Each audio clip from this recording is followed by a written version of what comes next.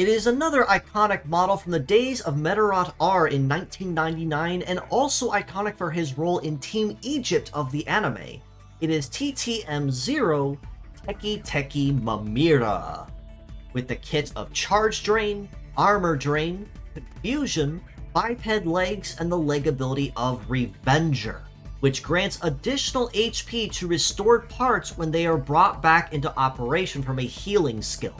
Now, as another model reintroduced from the early games, it's so very nice to see Teketeke Mummira officially make a grand debut into the modern titles with a fresh new kit, a new model, and a new outlook ready to make his mark on the field. And that's most certainly no exception with the rather draining, I suppose, skill set that he brings to the table to ensure that he stays healthy as long as possible, but also guarantees that he will outlast and outlive the opponents however long and how easily he can. Charge Drain on the head part is a conventional melee skill, not quite an ailment, but you could call it that if you wanted. But upon attacking the target, it will drain up to 15% of the enemy's charge gauge and fill his own gauge with what he stole. So essentially, if he's going against someone who likes to spam Metaforce-reliant skills, such as Laser, Ghost, Ghost Shot, Beam Sword, Hyper Beam, and so on, that require Metaforce to access those extra bonuses, him being able to steal a charge means that he can purposely and passively debuff them by removing those conditional damage bonuses and keeping the damage lower for himself and for any other allies that might be taking blows from those particular skills. Armor Drain on the right arm is a relatively new skill. We've not seen it too terribly often in recent, but it's still relatively nasty for its ability to not just attack a foe with pierce damage as well as you see here, but also basically restore an amount of HP based on a percentage of what he stole back to himself to keep himself healthy on the field. And the more times he does this, usually means the more likely it is he can keep himself healthy, while he's literally draining the life out of any target that comes to face him in the way. Confusion on the left arm, and the only true ailment that he has in his kit, is an ailment skill that, upon attacking the target, will do one of two things to them. The first of which is it'll prevent them from being able to choose their own target for 3 turns, which means anyone they choose, whether it be an ally or an enemy, will be up to their own discretion on who they choose to aim for. In addition to this, it also means that they cannot choose their own action for those 3 turns as well. This means that if it's an attacking or a combat skill, there is the chance that they will actually turn and use that skill on an ally on their side, or if it's a healing or support skill, an even greater chance they may accidentally give 1 or 2 of those buffs to the enemy side while it's active. This only applies until 3 turns pass or until they are attacked again, which essentially knocks their head back into cognition and they're kind of back into the proper swing of the fight. Of course, though, because it is an ailment, it can of course be negated or cleansed by anyone that has stat cleanse or anything of the like, so do be wary of that if you are planning to use Teketeke Mummira and try to make use of sowing discord and conflict in the enemy side and making them try to turn against each other as one of the big advantages and the big clicks that he has while he's on the field.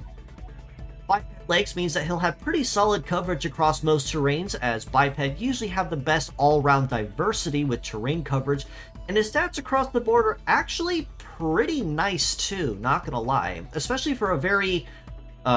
papery thin design or skeletal design like he is, I'm honestly kind of surprised how tanky he is. With a head HP of about 3,500, arms about 3,300 each, and legs about 4,250,